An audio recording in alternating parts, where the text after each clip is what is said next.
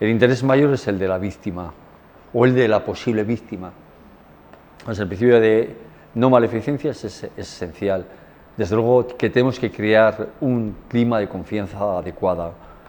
Una de las grandes críticas que teníamos en el trabajo deficiente de los médicos forenses de la Audiencia Nacional era que no creaban un clima de confianza y que por parte del detenido pues incluso se les veía, entre comillas, como enemigos, no como aliados a los que podrían ser de ayuda en el proceso judicial de tortura.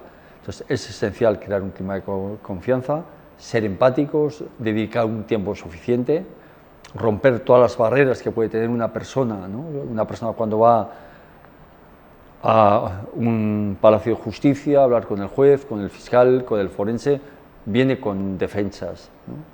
Son defensas normales porque es una violencia que ha sufrido desde el campo institucional y esas barreras hay que romper. Y para crear ese clima de confianza, desde luego, no es suficiente una entrevista de 5 o 10 minutos que me diga ¿te han pegado? ¿Has tenido algún tipo de maltrato? Sí, no, y te vas, ¿no? Todo eso es necesario que el médico lo cultive.